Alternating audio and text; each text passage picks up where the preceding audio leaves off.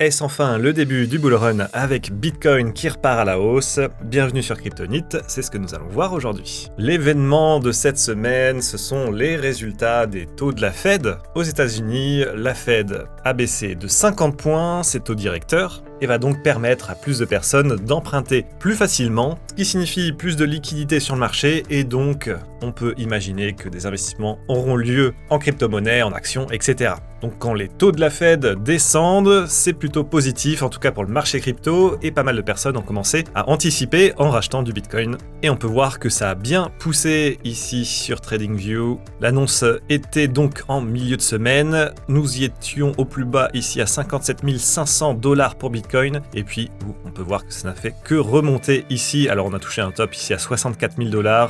Ce matin, vendredi, on est à 63 508 $, et donc ça devrait pousser un petit peu plus le Bitcoin vers une hausse. Alors est-ce qu'on pourrait retoucher les anciens ATH ici à 73 800 $? Bonne question. Ça devrait arriver en tout cas d'ici la fin de l'année et j'espère qu'on ira chercher des plus haut, vraiment plus haut. De nouveaux ATH autour de 80 000, 90 000 $, ce serait vraiment incroyable. Et on espère en 2025 dépasser les 100 000 $, ce serait vraiment top.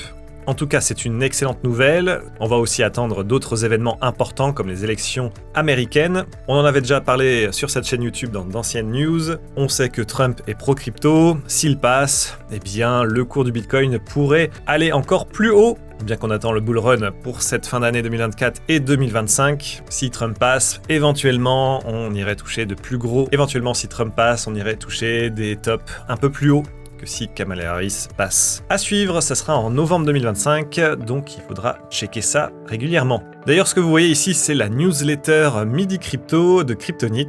Du lundi au vendredi, entre midi et 2, vous recevez la petite newsletter avec les informations importantes, mais aussi tous les jours une analyse sur le cours d'une crypto-monnaie. Hier, c'était sur le Dogecoin. On a eu donc les résultats des taux de la Fed. Ici, on a parlé du nouveau téléphone. On va aborder ce sujet juste après. Et à la fin, une petite catégorie importante avec des petits faits rigolos ou plus ou moins importants sur le thème des crypto-monnaies et de la blockchain. Donc n'hésitez pas à venir vous inscrire, c'est tout simple, vous allez sur crypto-nit.fr et ici vous mettez votre petit mail et vous allez recevoir la newsletter. C'est totalement gratuit et comme ça entre midi et 2 vous pouvez suivre l'actualité importante des crypto-monnaies sans avoir à vous rendre sur un site directement, etc. Dans les autres news importantes, on a parlé d'Hamster Combat cette semaine puisqu'une date a enfin été annoncée, c'est le 26 septembre. Le jeton devrait être disponible sur certains exchanges comme KuCoin le plus connu et on va enfin savoir combien vous allez recevoir en airdrop et surtout la valeur de cet airdrop puisque vous allez pouvoir l'échanger contre de l'USDT principalement.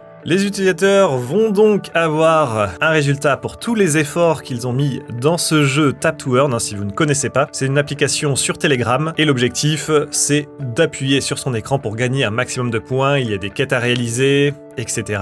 De toute manière, on a une vidéo plus spécialisée sur ce sujet qui arrive très bientôt. Donc la communauté est assez contente et on va voir un petit peu ce que ça va donner. Donc ce sera la semaine prochaine et on fera un petit retour dans la vidéo de vendredi soir de la semaine prochaine. Du côté d'Ethereum, on a une annonce assez intéressante, c'est la mise à jour Pectra avec une nouvelle technologie qu'on appelle le PeerDAS. L'objectif c'est d'améliorer la sécurité et la résilience du réseau, mais donc permettre aussi un nombre plus important de transactions et donc ça va permettre de réduire encore plus les frais de transaction sur Ethereum. On sait actuellement que c'est aussi un problème pour les stakers parce que le réseau Ethereum est moins utilisé en ce moment, il y a moins de volume au total, les frais de transaction ont donc fortement baissé et donc les récompenses pour les validateurs, donc les personnes qui stackent leur Ethereum, a aussi baissé. Le pourcentage à l'année est donc plus faible qu'avant et ça s'explique aussi parce qu'il y a beaucoup plus de validateurs et de stackers qu'avant. Donc tous ces éléments sont plutôt positifs pour ceux qui utilisent la blockchain Ethereum, qui font des transactions, qui vont acheter des NFT si vous le faites toujours, mais c'est aussi un problème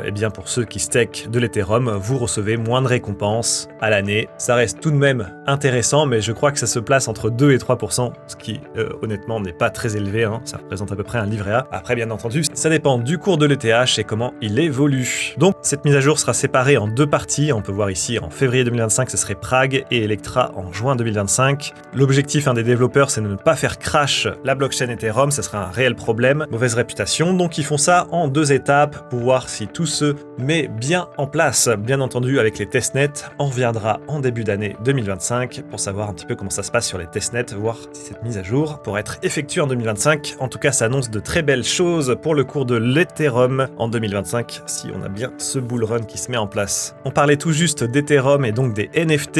Il y a une personne qui a revendu un NFT CryptoPunk à moins 98% par rapport à son prix d'achat, puisqu'il était estimé à 600 ETH, alors aujourd'hui c'est 1,5 million de dollars, mais il n'a été vendu début septembre qu'à 25 300 dollars. Si vous ne connaissez pas les NFT, c'est l'une des collections les plus connues, les CryptoPunk. En 2017-2018, c'était vraiment hype, les NFT, c'était une nouvelle révolution et les prix sont vraiment montés très haut. Certains NFT ont pu être vendus à plusieurs millions de dollars et celui qui était le plus connu de CryptoPunk, le numéro 2386, a été vendu pour seulement 25 300 dollars. Dans cette newsletter, on a dit donc qu'il faut faire attention aujourd'hui sur ce nouveau bull run 2024-2025. Si vous investissez dans des projets NFT, des collections, méfiez-vous puisque ce thème n'est vraiment plus à jour et vous risquez de perdre de l'argent. Je vous invite à checker des thématiques plus en vogue. On peut penser au RWA, à DeFi ou encore à l'intelligence artificielle. On revient sur cette news avec Solana qui a révélé son nouveau téléphone crypto qui s'appelle Seeker et qui est disponible en précommande à 450 dollars et les livraisons sont prévues pour mi-2025. Alors, il semble un petit peu mieux que Saga, l'ancien téléphone Solana. Ce sera le même principe, mais le téléphone sera un petit peu mieux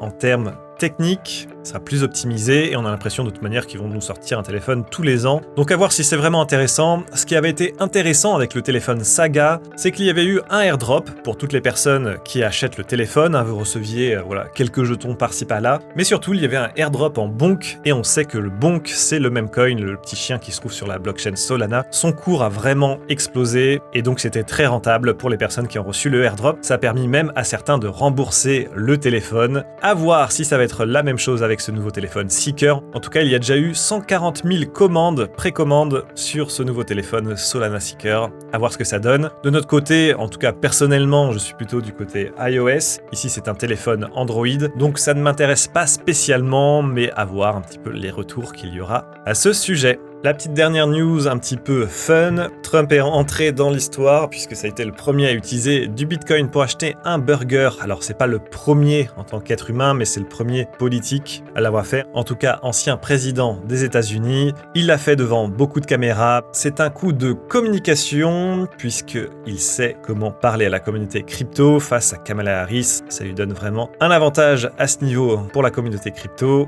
de l'avoir dans sa poche. Et donc on peut voir que dans ce petit bar de New York, il a acheté pour 998 dollars de crypto burger qu'il a acheté avec du Bitcoin. C'est à peu près tout pour les news de cette semaine. N'hésitez pas à recevoir notre newsletter encore une fois sur notre page d'accueil ici crypto-nit.fr. Nous on se dit à très bientôt pour de nouvelles vidéos. Bye bye bye.